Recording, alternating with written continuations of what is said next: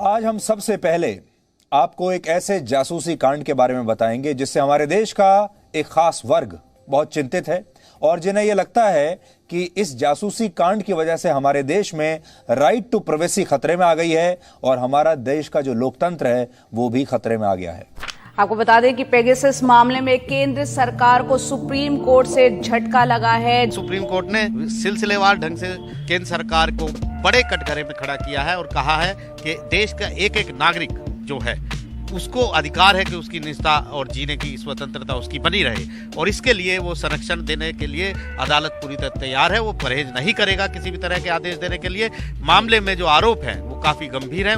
सरकार ने कहा यह खबर पूरी तरह से निराधार है, वो किसी जासूसी में शामिल नहीं है। जासूसी कांड पर सबसे बड़ी फेक न्यूज, ये बेसिर पैर की खबर है, मनगढ़ंत है, झूठ है। झूठ के पैर नहीं होते, ऐसे ही इस कहानी के भी पैर नहीं है। देश की चुनी हुई सरकार की सफाई पर विपक्ष को आखिर भरोसा क्यों नहीं? सरकार पर भरोसा रखिए। कोर्ट ने सरकार की तमाम दलीलों को ठुकरा दिया, साफ कहा कि राष्ट्रीय सुरक्षा के नाम पर किसी की निजता का हनन नहीं किया जा सकता। सुप्रीम कोर्ट ने अपने फैसले में भी जिक्र किया है कि केंद्र सरकार को कई मौके दिए गए लेकिन केंद्र सरकार ने हलफनामा दाखिल नहीं किया और जो कुछ कहा वो पूरी तरह अस्पष्ट था। क्या आपको लगता नहीं है कि कांग्रेस पार्टी इसको बहुत ज्यादा सीरियसली ले रही है? अगर कोर्ट कहे कि किसी सरकारी एजेंसी या किसी और एजेंसी पर भरोसा करने के बजाय हमने स्वतंत्र रूप से एक कमेटी बनाई है तो सरकार की क्या विश्वसनीयता रह जाती है। अदालत को कहना पड़ा कि उसे मूक दर्शक बनाने की कोशिश नहीं की जानी चाहिए। क्या यह टिप्पणी शर्मनाक नहीं है? देश को सुपारी गैंग से बचाओ, देश को सुपारी गैंग से बचाओ, मतलब भारत की सुपारी, देश से गद्दारी नहीं, जासूसी बहाना, भारत निशाना। देश की छवि खराब करने की कोशिश कर रहे थे कुछ लोग। ये विदेशी प्रोपेगेंडा था, एक अंतर्राष्ट्रीय साजिश। अंतर्राष्ट्रीय साजिश की यह बोगस थ्योरी कोर्ट में पिट चुकी है। बल्कि कोर्ट ने यह कहा है कि भारत के नागरिकों की निगरानी करने में विदेशी संस्थाएं भी हो सकती हैं। चीन को क्यों क्लीन चिट दे रहे हैं? हो सकता है चीन करा रहा हो। तो क्या सरकार को ही जांच नहीं करनी चाहिए थी? भारत सरकार ने इसकी जांच क्यों नहीं की? केवल विपक्ष की साजिश बताती रही।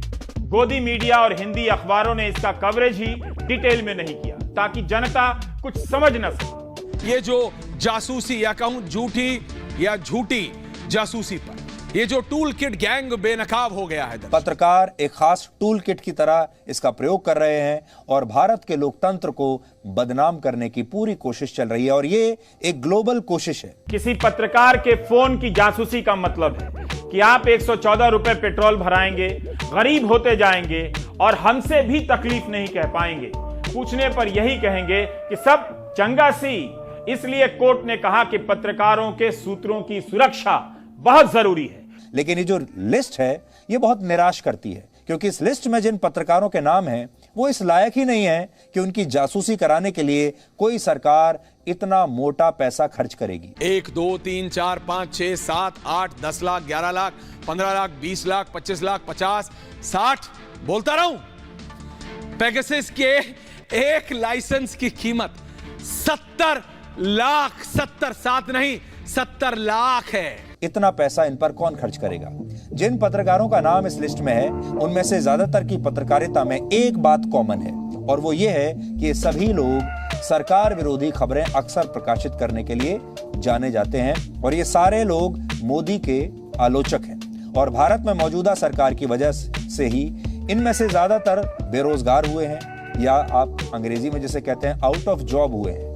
राष्ट्रीय सुरक्षा के नाम पर उन पत्रकारों के फोन की जासूसी नहीं कर सकते जिनकी रिपोर्ट और सवालों से सरकार को दिक्कत होती है। तब तो ये लोकतंत्र इंग्लिश में फिनिशे हो जाएगा।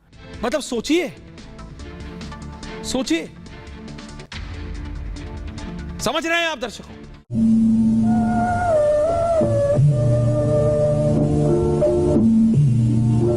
प्राइम टाइम में ब्रेक ले लीजिए, लेकिन इस सुंदर लोकतंत्र पर नजर रखने के काम से कभी ब्रेक मत लीजिएगा।